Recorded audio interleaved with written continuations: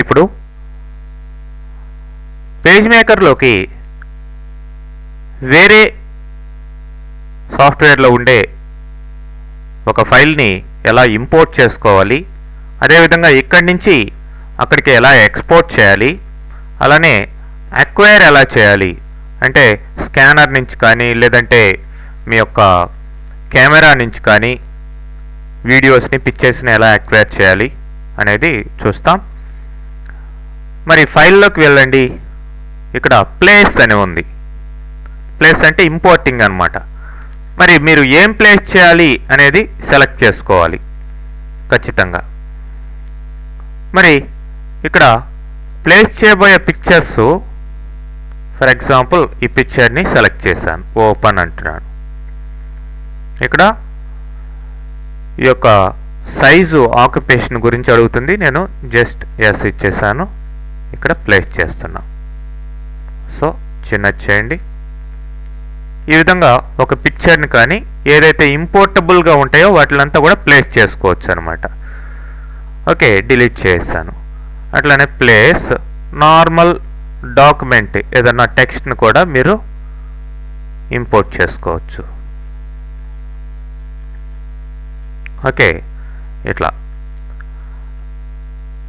అట్లనే ఇక్కడ నుంచి ఎక్స్పోర్ట్ కూడా చేయొచ్చు అనమాట. ఎక్స్పోర్ట్ చేయడం అంటే ఇక్కడ ఎక్స్పోర్ట్ అనే ఆప్షన్ ఉంది. ఈ యొక్క పీడిఎఫ్కా, హెచ్టిఎంఎల్కా, లేదంటే గ్రాఫిక్ లాగానా, టెక్స్ట్ లాగానా ఇట్లా తీసుకోవచ్చు. నేను హెచ్టిఎంఎల్ అని తీసుకుంటున్నాను. మరి దాని టైటిల్ ఏంటి అని అడుగుతుంది. న్యూ ఇచ్చాను, ఏబిసి అని ఇస్తున్నాను. Okay, done.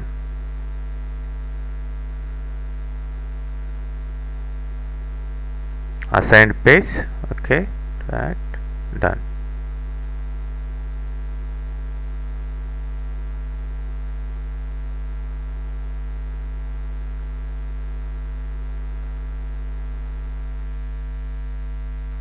ఓకే, ఆల్రెడీ ఉన్నదే తీసుకుంటున్నాను. Export HTML. ఓకే, ఆల్రెడీ ఉంది అది ఆ పేరుతోని. ఎస్, ఇట్లా ఎక్స్పోర్టింగ్ కూడా చేయొచ్చు అనమాట. మరి అట్లనే అక్వైర్ ఎలా చేయాలి అంటే సెలెక్ట్ సోర్స్ అంటుంది.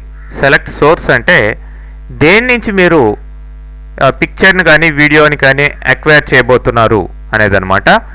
మరి ఇక్కడ డివైజెస్ ఏమి నేను అటాచ్ చేయలేదు కాబట్టి ఇక్కడ సోర్స్ డివైజెస్ ఏమీ రాలేదు.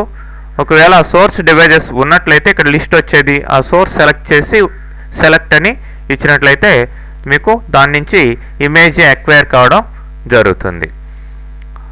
అట్లనే అంటే బై డిఫాల్ట్ సెలెక్ట్ సోర్స్ అన్నప్పుడు ఇమేజ్ అయితే ఇమేజ్, ఏదైతే అది. అట్లనే అక్వైర్ ఇమేజ్కి కూడా సపరేట్గా ఉందన్నమాట.